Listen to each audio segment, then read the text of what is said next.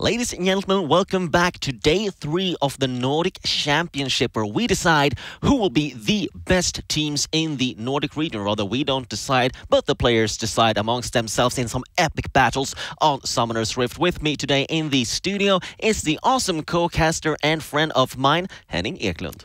Indeed, we are here and we are just about to gear up for the second week of the Nordic Championships to start. We've seen a bombastic first week, I think would be the proper way to describe it. Bombastic. I really like that. It's like Mr. Bombastic. Yeah, I think... Could you take that nickname just for me? No. And just be Mr. Bombastic. It could be like your thing, like during cast, you could like, oh, that's bombastic. And people will be like, oh, that's classic Mr. Bombastic. I like the word bombastic, but no. That's typical Mr. Bombastic to say that. It's like tons of damage. It would be great. Sang, let's just move on. Okay, we're going to move on. Okay, I'm going to drop it. Let's drop that and let's instead have a look at today's games, because we are in for some treats. First out, it's Team Singularity versus Arctic Storm, Denmark versus Finland. And after that, we're going to have a look at Sweden versus Sweden, when Atlantis and Pakepapas Kapsek are duking it out on Summoner's Rift. Those were some nice pronunciation mechanics there. Thank you. I'm gonna try it myself. PPK versus Atlantis. Really looking forward to it. The two top teams so far in the tournament. The two Swedish teams in the tournament as well. So that should be enough to get you excited. Also, I know that PPK comes in as slight favorites, having been dubbed a super team by some of the competitors. Yeah, the competitors are a bit scared of these teams, but PPK especially has been that, you know, that super team that you really have to worry about. You have to have a huge plan, and we're going to take a look at that in Series 2 today, when they are going to fight it out versus Atlantis. But first off, Team Singularity versus Arctic Storm. Singularity last week, Arctic Storm last week. Both of these teams have shown some of their strengths, but to be honest, at this point, it is a lot still about the weaknesses and how you exploit that going against each other. So my question to you is, how are these two teams going to try to exploit each other today? I think we're about to find out, but we'll see that. I think Singularity comes in with an advantage here, just looking at the scores so far. They are, if I believe, we can see here in the middle of the table, whereas Arctic Storm is sitting in the bottom. It's definitely true. Singularity in 5th place versus Arctic Storm on the 7th. Up in the top, it's the two teams we've been talking about. It's PPK and Atlantis, followed up by Roligan Esports. Off that, Endurance Gaming, the Finnish team, very interesting indeed. And Fact Revolution just below Team Singularity. And last but not least, it's Riddle in 8th place, with still 0 wins so far in this tournament. I think you could even argue that you should say that last and least is really... That's harsh. That would be a bit harsh, but... That's really harsh. I just said you could say that. You could, but you didn't. I didn't say that. I'm saying you could say that they're not looking too hot so far. And I think that their staff and the team around the players, as well as the players themselves, would agree, because they have been looking good in some of the games, they have not been able to finish any games off. And 0-4 right now, the only team without a win on the board. It's really difficult for them. We're going to have to root for them to get at least one win before the round robin is over, because we are slowly creeping towards that point. We only got today and 2 more days left of games, and after that we're going to go into single elimination, and finally we're going to see the big action where we decide which team is the best, which teams will make it all the way. And also the winner, of course, of this tournament is going to get 100,000 kroner, and also the 2 top teams is going to get a spot in the European League. And that is pretty cool, because the European League is going to be a big way of showing off not only yourself as a player or you as a team, but also to show off the entire region. And looking at the players in the top brackets and the LCS, we know that the Nordic region should be perhaps the strongest one when it comes to the regional leagues. So if the teams that qualify from the Nordic Championship can show that off in the European League is another question, but I think these two teams that would qualify would come in as heavy favorites, which is really nice to see. Absolutely. Like on an individual skill, we have so many great players from the Nordic region. And the big problem has been that we haven't had any own scene, any own leagues where they can play and really learn against each other. Instead, all of the good players, like, we're just giving them away to all of these big tournaments. And now finally we are here to see some of this new talent step up. Absolutely. Just really looking forward to seeing should the Swedish super team from the Spanish league qualify Movistar Riders and one of the Swedish teams here, we would have like 10 Swedish players in the finals. That would be amazing. That would be definitely amazing. And again, Henning, I gotta say, like, you are so biased towards the Swedish teams. At least I'm honest. Any point. I mean, I'm just going to look forward to watching those games later today. But first off, let's focus on Denmark and Finland, as we are right now in picks and bans. Arctic Storm on the blue side just banned Thalia, and Team Singularity following up with a Camille ban. So we are still on 8.4 right now. 8.5 is live, but right now these games are played on 8.4, so there is no Kaisa.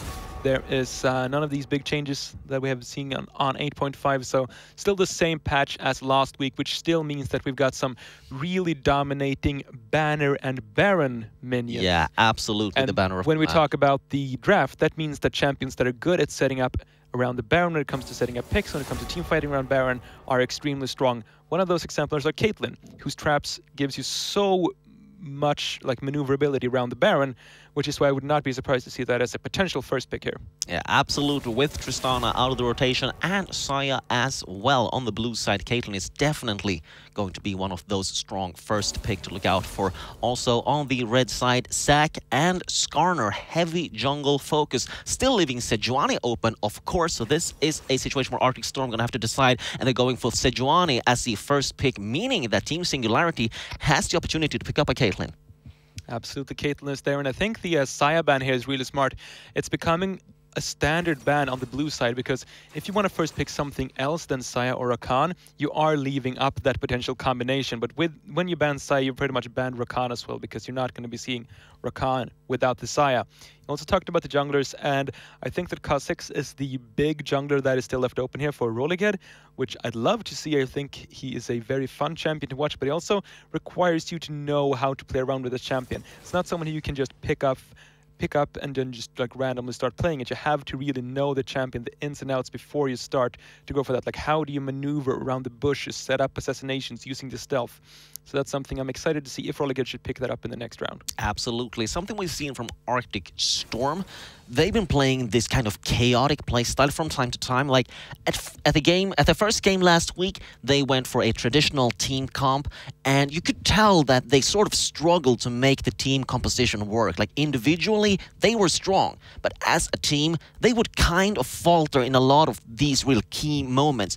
But just looking at mechanical players and looking at the opportunity to outplay their opponents and play really strong lanes, that is something I think they will look for. So going up versus a Kha'Zix would, I think, be a good thing for them. Now, instead, we see the Jax being picked. Yeah, weaker of an early game pressure jungler, of course, scales really well later on. Becomes this tank that also dishes out a lot of damage and has the crowd control, so pretty much does everything later on. Still takes a while to scale up, which I think is fine when you're up against the Sejuani. It's not someone who can put on too much pressure. It looks like we have mid lane open still for Rax and has not picked up a mid laner, so I would be very surprised if Arctic Storm should choose to ban something else in mid laners here. Get something like a Seer and Ryze off the table, maybe even the Orianna, which has been a strong one. I think you should target Rax in here. Interesting choice, going with Morgana ban, leaving a lot of strong mid laners still open in the likes of Ryze that you just mentioned, for example. We still have yet to see Ryze being played in any game, and I think he has been banned in most of them as well. For sure. And also now the Taric ban against Emusio. And we're going to have the final ban. It's Tom Kench. So mid lane still very much open for Team Singularity, and it might be a decision from Arctic Storm, knowing that Raxon simply has too deep of a champion pool to try to ban out against him with only 2 bans left. Absolutely. I think you definitely pick up the mid laner here. You want that counter pick to be for the support role. When you're playing with a Caitlyn, getting an aggressive support, something like a Karma, like a Janna that can, okay, maybe it sounds weird to mentioned Janna as an aggressive support, but having someone that can put in a lot of pressure early on in the lane can lead to a lot of tower damage early, but you can only pick that in certain situations. You cannot pick up a Janna into a very aggressive support like a Thresh or a Blitzcrank. That would be very risky. Instead, it looks like they have actually gone with the Alistar, who can combo really well together with the Caitlyn traps, but also is blind picking a support. Alistar support picked, Braum picked into the Alistar, so it is a lot of tanks on Team Singularity versus the Warriors, the tank shredder, and also now last pick the Trundle, who also steals a lot of the tank stats. An interesting team comp from Arctic Storm, and now the final pick already flashed it just a little bit before. It's the Azir. That looks to be the last pick for Team Singularity. So the teams are almost locked in, and let's have a look at these team compositions, Henning. Yeah, for sure. I really like the combination that we've got going on Arctic Storm. Sejuani and Braum is a classic combo. They go really well together when it comes to just chaining that CC. You get the Braum stun in from auto attacks, and then as the Braum stun wears off, you can get in the Sejuani stun on top of that. So really good to CC lock opponents. Also, they both work really well together with the Trundle. Sejuani and Trundle works together because Sejuani wants a lot of melee auto attacks going down, and that's exactly what Trundle will do. Also, both Braum and Sejuani will have a lot of CC to slow down the opponents for Trundle, which is the big weakness of him, that opponents will kite him, will run away from him, but then you'll have a Braum and Sejuani there to slow them down. So those three champions work really well together, not only in terms of the color, but also in terms of the gameplay. Exactly, a lot of frost for the Arctic Storm team. Not sure if they went for that, like, you know, like a tribute to their own team name. I don't know, that would be cool. Like, we don't care about this game and you don't care about the draw. You just want to have the theme going on. I don't know. But at the same time, like, I really enjoy to see this team comp. On the other hand, looking at the team of Singularity, Azir has been such a strong mid laner versus the Cassiopeia. Definitely Cassiopeia also being a super strong mid laner. But Azir, for me, has been that, like, super champion who can really turn a lot of team fights around. He can really make things happen on his own. So a lot in the hands of Raxon as well to step up as that super mid laner. Yeah, could be a very explosive mid lane here. Both of these champions are at the very top of the meta, at the top of the current mid laners. Also have a big potential for playmaking. For both of these champions have flash combos that you can go for aggressive. The Cassiopeia can R-flash, whereas Azir does it the other way around and shuffle someone back into their team. So these mid laners could just go for a long farm lane, but could also have the playmaking potential. And together with at least junglers with hard CC on both sides, as well as supports that have the potential to roam, I could see mid lane getting a lot of attention here. Yeah, definitely. Also, Raxon going with the Cleanse as his summoner spell of choice. So we're gonna have to take a long look at mid lane in this game. You talked earlier about the Caitlyn lane, down bottom lane going traditionally with something like the Janna that is sort of aggressive. Looking at the Caitlyn, since you can put down so much poke and still stay safe with that. Alistar being even more aggressive, being the tank support goes up in the opponent's face. This is going to be a very exciting game. We are now moving out on the map. Blue side Arctic Storm versus red side Team Singularity. I think it's more of a stylistic choice here in the bottom lane, where Janna would put on a lot of pressure early on to get a lot of in the way of getting tower damage. Alistar puts on pressure in the way of getting kills or putting on pressure into other lanes with the roams if you can push in with the Caitlyn. So rather than just snowballing bottom lane, get that really quick tower and then get rotations down, Singularity here are looking to get either kills with the Alistar Caitlyn in the 2v2 lane, which I don't think will happen. So rather just push in the lane, get the Alistar roams down, and put on pressure that way. Yeah, a lot of focus on Alistar right now as Peterson is hiding in that bush and giving us his own little version of Don't Fear the Reaper. A beautiful musician right there with the cowbell, but hopefully he's going to do more than just play for us musically, at least. Now that didn't come out wrong. Of course he's going to play for us because it's League of Legends and they play it. He is for sure playing League of Legends right now. Yeah, that's I can assure you that. Probably a good thing to do right now, I think. So another very, very interesting thing in this game is the top lane matchup that we've got going. We have Trundle into a tank lane. This is something that we've been seeing earlier on in the tournament. I think it was during the first day where Atlantis played a Trundle into, I believe it was actually a Sion. I think so too, yeah. And the jungler there, Aesthetic, put on so much pressure from the get-go. He realized that he just needed to get top lane snowballing, get solo kills for this Trundle, burn summoners for the enemy top, just get this Trundle going in some way. And that ended up working. That won them the game. Let's see if the same strategy is going to be employed here for Arctic Storm, if they're going to be focusing on getting this Trundle going. Takes a bit of a bad trade because of all the minions. And looking at the sustain, there is more potions on the side of Linux than Carvox. Carvox does have some built-in sustain though, so it won't be too sad. Yeah, Trundle has the extra sustain, and Linux took a bit too many auto attacks there, did not quite respect the Trundle with the extra slow on the chomp. Can also see that Elmo is hovering around top lane, might decide to go for an early gank, and Peterson goes for a little bit of a crazy roam right now. This is a cheese. This is big cheese going in. He flashes in on Mursa, gets a little bit of damage off, but I mean, that wasn't even close to being a kill right there. Yeah, I think he could go back around though if they want to stay for it. Not sure. It looks like he's going back towards the bottom lane, and that is a big investment from the team of Singularity. You get the early push on. Maybe you want to put on some vision, get some extra pressure in the lane. No, Peterson just runs mid, burns the flash for the flash of Mercer. As we see, he does have the Hex flash though on the Alistar, which I'm a big fan of personally. I think that gives you so much playmaking potential. So not as big a disaster as just burning your flash, but definitely not what they wanted to happen. Elmo now going towards top lane. Linux a little bit low, still has flash, no tower dive still. Good choice, gonna force that flash and back away, and Elmo will probably be back very soon up top lane. Rolling looking to go for another gank as well. No flash in mid lane. Mercer just got a little bit of extra HP from the level up. Will it be enough to keep him alive though? Still has the heal. Going for it again. Another flash invested on Mercer, and a quick pickup is going to mean first blood to Team Singularity. And we are not even 4 minutes into the game, and both of the teams have been revealing their game plan. Ganking top lane for Arctic Storm. Get lineups down, burn summoners, get advantage for the Trundle in the 1v1. And on the opposing side, just run mid, burn the Alistar flash to burn the Cassio flash, then come in and use flash on the Jax as well. So Raxon Action has both summoners still available. So both teams have a very clear focus of targeting one of the opposing laners, and I think that's a great choice. Rolling head now, roaming towards top lane. Carvox has flash available, will have to try to counteract the counter-strike. Not able to, and the flash comes too little too late as Singularity picks up another kill.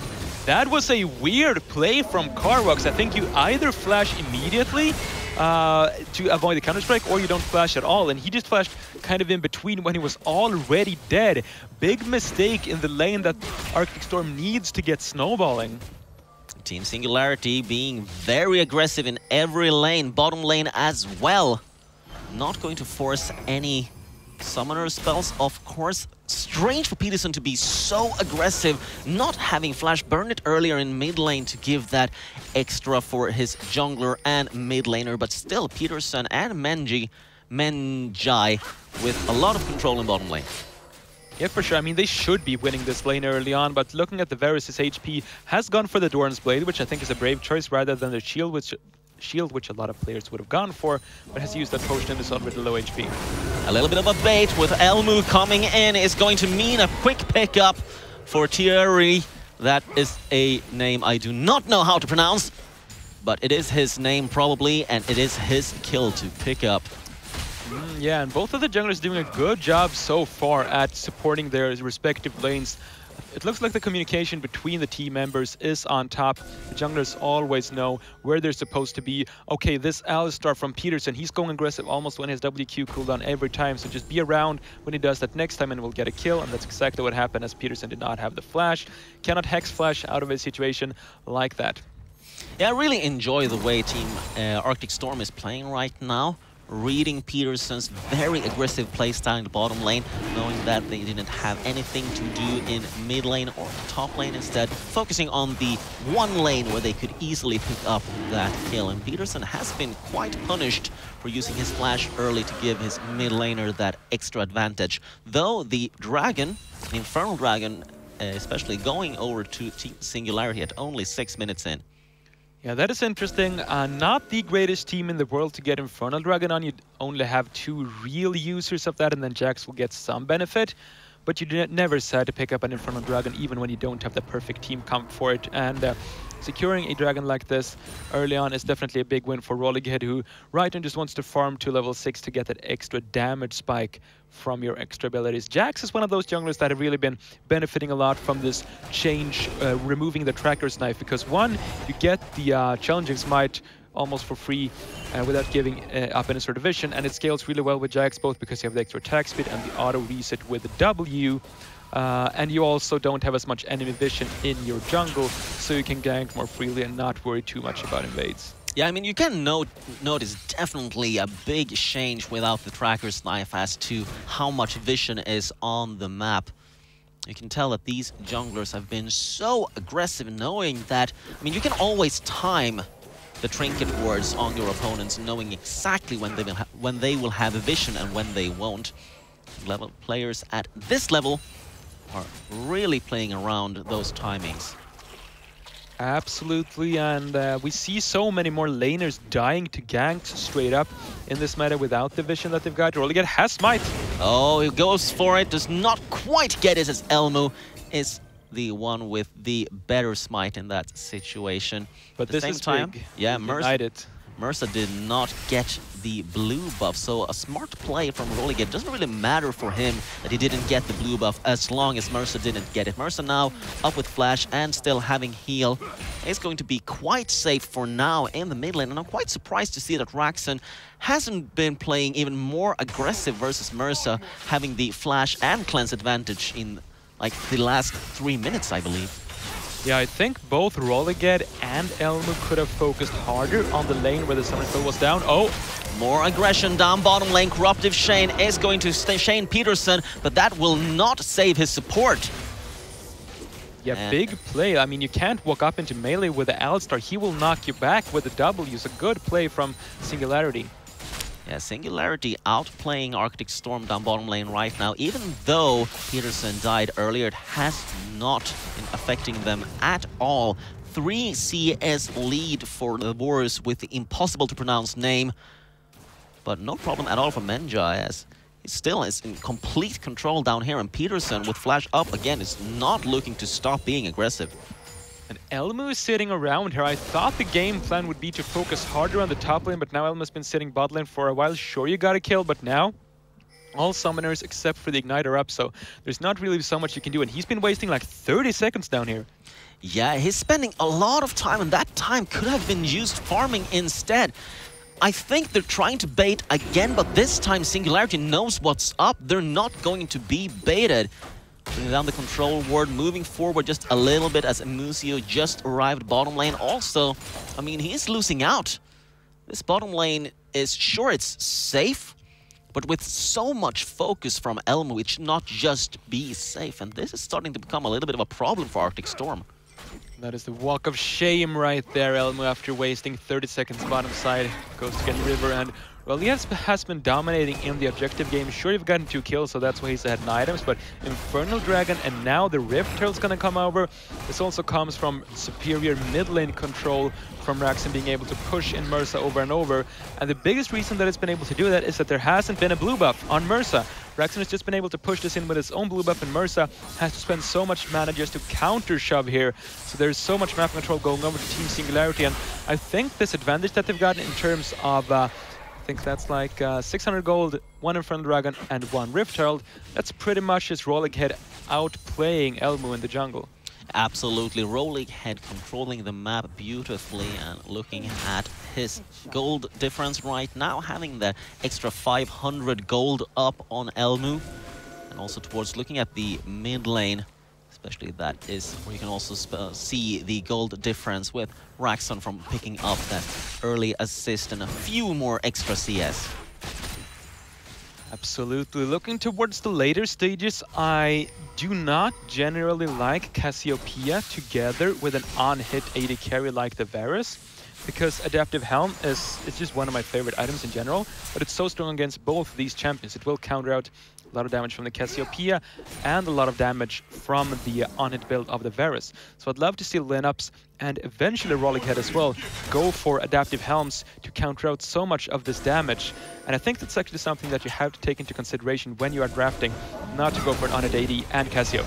Yeah, that might come back to damage them later in the game. Corruptive Shane is going to save Amusio from a otherwise terrible situation. Is still going to force Team Singularity to back off, so a good play there, although Amusio, of course, had to use Flash to get out. Marissa is looking for the flank here. Could go for like an ulti flash if he really wants to go aggressive, but I'm not sure if he wants to without the proper vision. Mersa is not going to take any big risk. Look down bottom lane. A Force Flash is going to stop this bottom lane of Arctic Storm from being able to be any more aggressive for the next minutes, as both flashes have just been burned, both so low on HP. And still, with so much focus from Elmo down bottom lane, the control of Singularity down here with the Alistar and Caitlyn combo is absolutely beautiful to behold. When this is no Flash Varus, no Flash Braum, no heal Varus, they're half HP. Will this be a team fight around the dragon? And no ultis either. Looking at this, it's a complete slaughter. And the Petrifying Gaze not doing too much either. Teleport coming in even from Team Singularity to help wipe this up. And this is now very dangerous for Arctic Storm. They're completely alone here with top lane and mid lane out of position and completely getting demolished. Even Mercer having to flash away from that fight. Rolling Head picking up the last kill, almost giving his own life for it. Not going to happen still. Lineups chasing away Mercer, who survived that, I gotta say, terrible team fight decision from Arctic. Yeah, for sure. Setting up around an objective and taking a bad fight can be worth it in certain situations. Oh, the enemy are about to get Baron, then you can take a fight without the situation being optimal. But now that we're fighting over an Ocean Dragon, when you're in such a bad situation, no summoners on your AD, no ulti on AD or support, no flash on the support, you're like behind items, you have weird power spikes, Cassio does not have a complete item, Trundle does not have a complete item. Even though Varus was probably stronger than Caitlyn in terms of damage, he couldn't do anything because he had Rolling Head flashing on him, and Rolling Head is like 3-0 on this Jax. So overall, a bad decision from Arctic to take that fight. Just give the Ocean. Yeah, absolutely. I mean, I understand the decision to try to sneak an Ocean Dragon and like, you know what, we know we don't have any ults, we don't have any flashes. The enemy teams are never going to think we're going for an objective right now. That's kind of what it felt like watching that kind of mentality. Like, this is so stupid, no one's gonna believe this will happen. But yeah, Arctic Storm, my big problem with them is that as a team, I think they're making these really weird team decisions a lot of times. Yes, Hex flashing. Oh yeah, Hextech flashing going in. Gonna talk about something else right now, because this is a very dead Warriors without any flash, without any way to run away. Tyrion Hurry goes down for Menjai to pick up another kill and another turret for Singularity, as they are now starting to snowball completely. 3K ahead, now 4K up versus Arctic Storm, and not looking to stop in any way. And that is why I love the Hex Flash. Oh, Menjai. Menjai in a little bit of trouble, but no DPS there to follow up on the CC means that he can just caliber net over the wall and get out of that situation. Also with Rolling Head just taking the blue buff next to him, I don't think he was really in any real danger right there.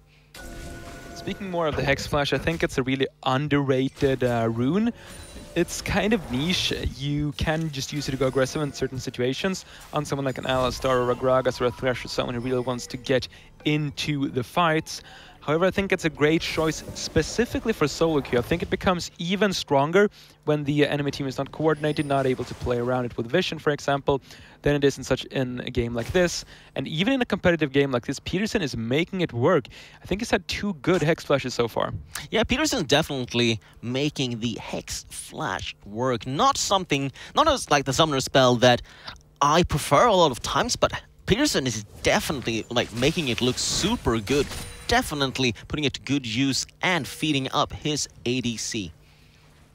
When it comes to the other support rune itemization, we've seen that Muzio has been going for the minion dematerializer instead, which is a choice that could come to pay off very well should the Baron go over to Singularity. And I think that is a big danger for Arctic, as it will spawn now in 3 minutes and 30 seconds, as there is the Asir as well as the Jax doing a lot of damage to the Baron. Kidlin is not one of the ADs that does the most damage to Baron. Generally, on-hit ADs does a better job than crit ADs.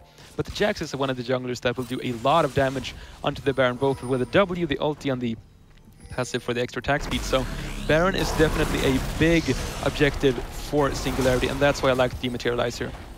Oh, and looking at Linux down bottom lane now, he is so tanky and up ahead versus Carvax. And Carvax, like, he didn't even put a dent in that armor. Pretty much. He's been going for the full 1v1 build here with all-out armor, Bramble Vest, and Ninja Tabai.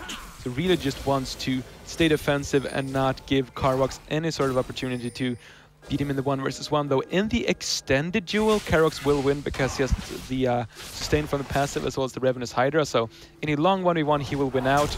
But the Bramble Vest does a good job of countering all that sustain as well. And also for a Sion with the mobility he has with his ultimate, he can always just choose to get out of that fight. As long as he has his ultimate up, he's just gonna walk away from the Trundle. I'm just gonna ask you a quick question, Henning. Go ahead, Sang. Is it supposed to be pronounced Ninja Tabai? Because I've always said Ninja Tabi, and right now I'm feeling a little bit like worried, like have I been mispronouncing it all this time? I think in Swedish you say tabi, but I think in English you're supposed to say tabai. Oh my god, I've been mispronouncing It's that. like you say amumu in English and amumu in Swedish. That's true. That is true. Oh god, now I feel bad. I think people would understand what you're meaning, and that is the purpose of language, to convey a thought, not necessarily for it to be perfect. Oh, thank you. That feels so much better already. I feel a little bit worried. Oh my god, I've been saying this wrong. It's like mind blown. But no, you're right. I think people would understand. I think so as well. Hopefully. You're talking about the most fun item in League of Legends. Yeah, the Ninja Tabai. Tabai, yeah, just loved by everyone. Yeah, and no, actually hated by everyone, as it has been. Not OP. everyone. I think it's good that it exists in the game. Oh, big team fight coming up right now as it's Singularity who starts it off. Petrifying Gaze not been used to any good so far, as Singularity now are trying to back off. Finally, a good pick for Warriors, and fight's gonna start again. Singularity has to stop it with Emperor's Divide, but a great flash coming in instead. The Elmu flash coming up in the backline. It's a huge Jax, not being able though to pick anything up as he flashes over the wall to get out. And Team Singularity not looking like the stronger team in that fight. And that is the power of the Braum, protecting his entire team from so much damage, just standing in the front there. Dragon is down, but Teleport still coming in. Are they going to be able to do this? Rolling Head goes down first. That is a shutdown from Carwax, followed up by Menji on a killing spree, picking up the counter kill, and Carwax now giving up his life for the rest of his team as they has to run away quickly from the bot and top lane of Team Singularity. And I think Singularity, that was kind of chaotic, but they played it out decently. Now focusing down the bottom turret instead with the red buff. Menu are gonna have to be a little bit careful, watching out for the tower aggro as he tries to pick up Elmu. Not going to get this turret, but a lot of DPS and some crazy action around the dragon. Peterson with the Hex flashes, looking for something aggressive here. Oh. Has the Moby boots as well, but no one is there. No one is there still, so Peterson is just going to try to stall these minions as they are picking up the turret. And the rotation is very interesting from Arctic Storm, going for the Baron now. Are they going to give up the inhibitor? There is no vision here at all from Team Singularity, just now putting down the ward. They're going to spot this out, but can they do anything about it? Just started Baron, as you mentioned before. This is a team that kills Baron quickly, already down on half HP. This is going to have to be a smite fight, but can Rolling go in for it on the side? See how Revisus tries to go in for it. Smite fight is here. He's going to command it. No, he's not. A fantastic pickup by Mercer gets the Baron. Emperor's Divide is going to keep Raxon alive just for now as he tries to re-enter the fight. But now his Arctic Storm instead being trapped inside of the Baron pit, going down, leaving only one member alive with the Baron buff after a crazy decision to go for a Baron. At 21 minutes, that costs them a lot of gold. But still, will it be enough to keep them in the game as Singularity is pushing now for mid-turret? Wow, such a huge decision there, and I've got to say, when you're this far behind in the game, I kind of like that decision from Arctic Storm. They were able to get Baron buff onto one member, which is the Braum, and really when it comes to buffing up the minions, it doesn't really matter how many people you've got the Baron buff on, as long as you've got it on one member, that is going to be benefiting you by a lot when it comes to just holding on. Losing 3 towers for it though, that is rough.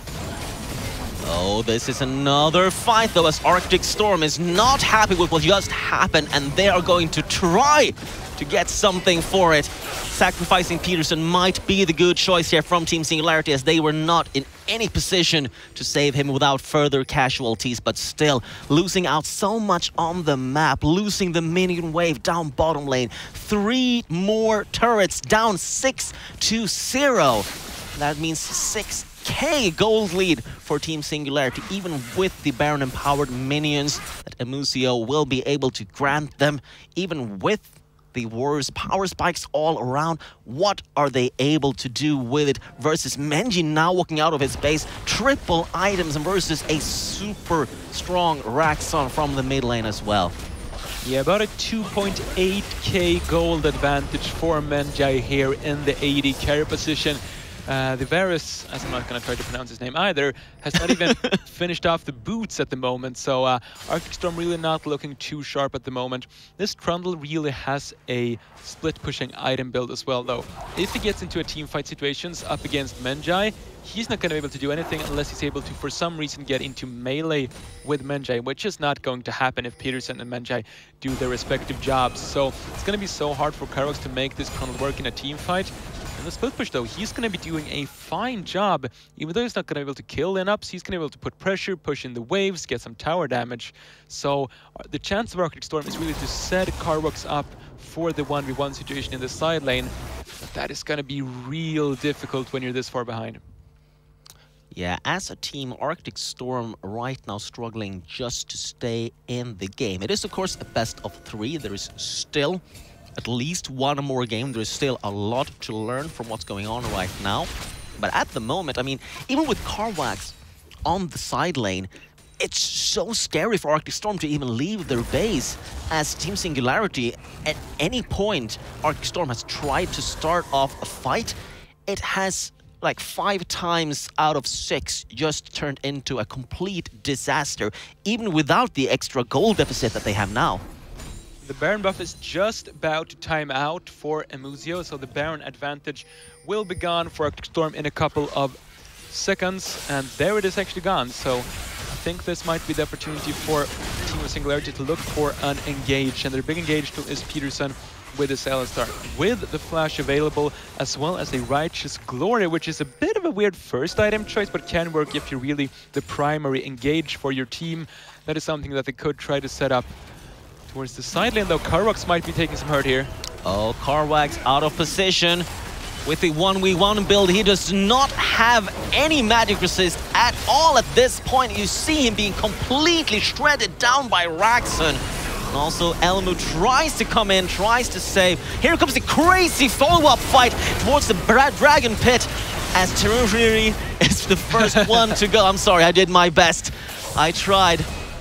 And now it's Mersa instead, running away from Rolling Head with a little bit of a flash play. Will try to kite, will not be able to, and going down. And for the love of God, how do I pronounce the Warriors' name? Because honestly, Henning, like, I'm trying here. I don't know. Yeah, let's just not try right there. I want to know how to pronounce it. It's important. If you know how to pronounce this, send us a make it a tweet where you where you pronounce this, and then you tag us, and then you hashtag NC18 with your best pronunciations of the Varus' name. The best pronunciation will win a day like on a star with Henning. The best pronunciation will win one of I think my prize was a good one. Like, who wouldn't want to be like having a spa day with you? Most people, I believe. I believe you and I have not had a spa day ever. I believe we have not had a spa day at all. I'm a little bit salty about that. Okay, I believe I haven't had that many spa days with anyone, actually. Well, that makes me happy still. All right, Dragon has just gone down for Team Singularity as they are backing up, happy with getting the mid lane inhibitor turret as well. And this is again up to Arctic Storm to try to make something happen. It was a very split up fight down along Dragon, and I'm not quite sure with the positioning from Arctic, as they were like trying to achieve like everything at the same time. Yeah, for sure. I mean, their team comp is not the easiest one to execute once you've fallen behind. I mean, if you are ahead, having the Trundle split push and then a solid 4-man squad on top of that is should be pretty easy to execute. But at this moment, whenever Carrox goes off to a side lane, you need to have so good vision for Carrox to be able to stay in the 1v1. Otherwise, if there is the potential for enemy reinforcements to arrive to lineups, it's so difficult for Carrox to stay here, and the vision needs to be on top for Arctic Storm for this to be executed. And look at the vision right now, it is really not. However, the saving grace is that Baron is spawning in 30 seconds, so it's not really a viable option for Singularity to send multiple people bottom right now. Teleport up for both Carwox and Lineups. And the question is, which team will go for the big aggression? You see Elmo hiding out in the bush, being spotted out by Peterson. With the control ward, will be forced away with the Yordle snap traps. And this again shows how potent Caitlyn is just when it comes to zoning Baron, zoning of the objectives. It's so hard to get close to her right now. Also with the Lost Whisper and triple items together with the Quicksilver Sash means that this is an almost impossible to catch Caitlyn. Yeah, close to 6 items at the moment against like a 2.5 item Varus. The big difference in these teams is in the AD carry position, and this is the stage of the game where Caitlyn really starts to scale up once more. You've got a lot of crit and whoa! No, Elmu has to flash over the wall to get out of that situation. Overextending, trying to get some vision down, but Elmu without flash means that this is an open Baron for Singularity. Elmu just now does not quite even dare to go for the snap traps, as it's so much DPS from Menji. Immediate use of the Quicksilver Sash will keep Menji in this fight still. Now coming in with a huge DPS. It's a big fight, and just DPS going down everywhere as Arctic Storm are struggling to even find something to shoot at. Double kill for Menji, going in for the triple. Raxon on a rampage. Baron ignored as Arctic Storm now with only Elmo alive in mid lane are just trying to stay in the game. 25 seconds left on the timer of Mersa and Musio. Inhibitor about to go down, but a fantastic play from Elmu will mean that there are no minions here to follow it up. Not quite sure if Singularity made the right decision to go for Inhibitor instead of going for the Baron there, but Elmu definitely just saved Arctic Storm. That was a very smart play, 200 IQ play. Absolutely. Could have been close to a finish there, but look at that team fight once more if you want to see why Caitlyn is considered such a strong pick. The zoning coming out of the Yordle snap traps really won them the fight right there, and I think the finish was so telling as well. The Varus player is slightly overextended, so what Menjai does is just flash on top of him with 80% crit chance, so crit, dead. That's pretty much what happened to the Varus there. Even though he had the Ninja Tabai, the difference with the AD carries is so big at the moment, and there's really no one who can shut down this Caitlyn. I mean, you'd have to get on top of her with multiple people. If you could get like a flank with a Trundle or a flash ulti as the Cassiopeia, that could be one choice, but there is the QSS and there is an Alistar to peel for him, so should not be the most easy task. And also being Warriors falling behind this bad means that there is really no way for Arctic Storm to handle these triple tanks just coming up in the face of their backline. I mean, even at this point, even Jax with the Which one? Adaptive Helm? Adaptive Helm. Thank you very much for saving me. It's my favorite item. So yeah, with your favorite item, Adaptive Helm. Like, even he is very tanky at this point together with his ultimate. So this is so troublesome for Mersa and for Warriors to try just to DPS away this front line. And right now, Singularity with the Baron buff as well. it is just a question of when they are going for the final aggression. Just now looking at this, 2 Banner of Commands for Arctic Storm, an interesting choice being so far behind at the moment.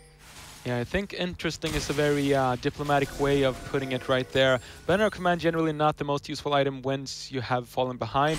Engage here though. Elmu going in, he finds his stun on rolling head, but he is so tanky together with Peterson as well. That front line is not moving at all. Peterson flashes, but with half HP up, Unbreakable will as well. Nothing really touches him. Arctic Storm tries a huge desperation move, finding only the stun on Rolling Head and not getting away with any kills.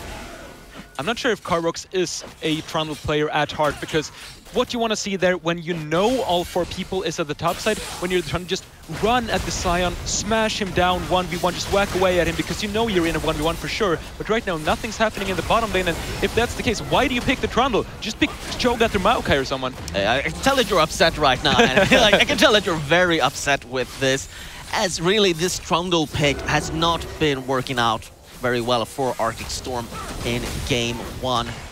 Actually, to be honest, not much has been going on for Arctic Storm in Game 1, as Team Singularity are just now pushing in towards the inhibitor.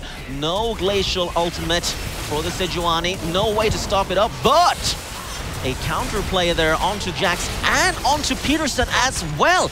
Arctic Storm now turning this around with a double kill for Worth, but a big flash play! Forcing another counter flash from Singularity just to get out. And I think that they overextended quite a bit. And the ultimate is going to finish off Raxon as well. This Arctic Storm is still in this to win it. And Singularity overextending by a lot in that fight. And finishing the game against the Finnish seems to be a bit of a hard task right now for Singularity, getting caught out there towards the top side. Good, calm and collected play from Arctic Storm, though what happens a lot of the time once you've been falling behind is that you just panic and take any engagement that you can, but no, they stayed calm and collected as a team. Mersa had the confidence as well as the the mental fortitude to see the perfect opportunity to Petrifying Gaze and then flash forward. And with a potential Mountain Dragon going over here as well as the bottom lane tower, Arctic Storm might be mounting a bit of a comeback. Like, this is a lot of gold going to the right players right now, with Warriors picking up 2 shutdowns, I believe, in that fight. Top lane turret and bottom lane turret, the global gold going to Arctic Storm right now, getting a little bit back into the game. The question is what they're going to do with it. Singularity now only with 1 more lane to push down bottom lane. The turret and inhibitors still standing. Mid lane and top lane has been demolished. But inhibitors will respawn, and Arctic Storm playing from behind, starting to look so much stronger. Mid lane inhibitor just now spawning, meaning that it might be fighting time yet again for these 2 teams. Yeah, we've seen that Arctic Storm is not afraid to take a fight if the situation is there. Raxon is actually not really together with this team is coming up there right now. Looking at the big front lines here though for the respective teams, we've got Carwox and Elmu. It's gonna be so hard to kill, but again, I'm not sure what Carwox is doing here together with his team. He does have the TP, he is playing the Trundle. If you're gonna be 70 CS ahead and then just stay with your team. Oh, dangerous from Angie. Gets out of that. Menjai, I mean. Yeah, he's looking pretty strong in this Caitlyn though. 7, 0, and 6, so decent KDA right there. Also notable when it comes to the items is that there are no banner of commands for the team of Singularity. Oh, Glacial Fissure has been used, but the follow through on Mersa is there. No damage to follow though Peterson as he goes in for it. Singularity losing their support, losing their jungler with another double kill to Warriors. And another huge mistake by Singularity. I don't believe I'm saying this, but 35 minutes in, this is so dangerous right now. The only thing going well now for Singularity is that there are really no minions to follow up, but suddenly the Banner of Commands not looking as bad as they did 3 minutes ago. Absolutely not, and wow, I did not believe I was going to say this, but Arctic Storm are looking to come back here. These snap traps are annoying to deal with and they don't have the best siege in the game, but In that earlier fight, Rolliger just had a big overcommit. Tried to go and fight the Varus almost in a 1v1 situation.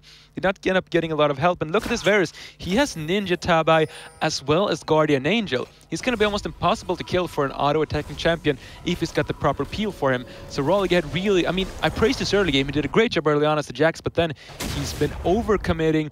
He's not been taking the proper fights. He's not been fulfilling his role properly. But look at this, Sang. This is where this game will be decided. Baron Nashor spawning in 10 seconds. This just got interesting again as Baron is about to spawn.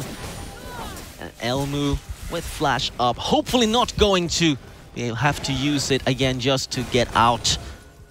As the last situation turned out for Arctic Storm. A little bit of more caution being used from their side. Great ward control from Singularity. I think they are starting up Baron Jets. No, still holding on. Looking for the fight. Still Unbreakable has been used. Glacial Prison available. Prison available for Elmu. In the front line, Menjai.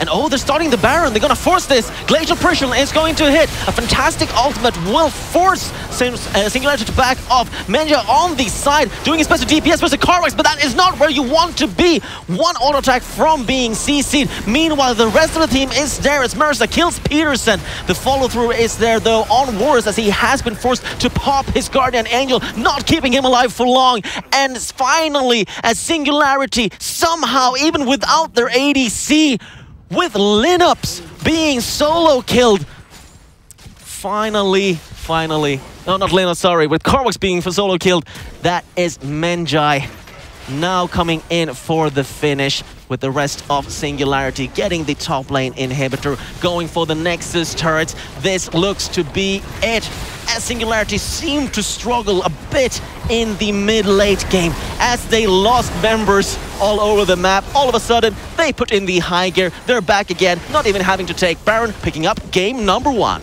Very close final fight there, which came down to pretty much a 1v1 between Raxon and the Varus right there. That duel was really close. If the Varus would have been able to get the kill, that could have been a completely different fight. But as it turns out, the carry players on Singularity were just too strong. 6-1 and 11 is the final score for Raxon's Seer, and 8-0 and 7 for Menjai's Caitlyn. Yeah, it's a huge difference just looking at these ADCs, but I also really want to talk about the supports, as I think Emusio kind of did what Braum was supposed to do, as being there with the shield to just stop poke from time to time, and then in the team fight he was there with the shield again to save his ADC, as Wars is so immobile. My big problem was that in that last fight, I don't know if it was miscommunication or if it was just a bad decision, but he had just used his Unbreakable. And then they started the fight. And even though Carwax did a fantastic job of just zoning away Menjai, there was really nothing there anymore to stop Raxon from just demolishing the entirety of Arctic Storm's both backline and frontline, really. And also that Unbreakable showing how important it is to have your main attack just being there on point. And I think Arctic Storm did a great job. Again, I really have to question the way they play as a team. Yeah, for sure. I mean, they had some good situations where they got some kind of fine engagements trying to catch out their opponents, but in the end, not enough at all in this game. I also got a question of the Trundle pick. I mean, I called it out earlier, but if you're trying to team fight with it like this, it really shows how weak the Trundle can be in the team fights. Menjai's Caitlyn were sitting like behind a wall, shooting away at him. Trundle flashes on top of the Caitlyn desperately, and Caitlyn just like, oh, nets away, and then keeps shooting at him, gets the 1v1 kill, and that's not something you want to see from a Trundle if you're team fighting with him. That's why he's not a team fighting champion. Exactly. I mean, sure, it was just one auto attack from triggering the concussive blows, and if he had been able to get that auto attack, sure, that might have been a kill. But as soon as he didn't get it, you want to see him rejoin the rest of his team again, just ignoring Caitlyn as he cannot chase her down on his own. And we saw what happened. We saw Carwax. We didn't really see it, but we saw his carcass on the ground as Menjai just went for the inhibitor, so we know what happened there.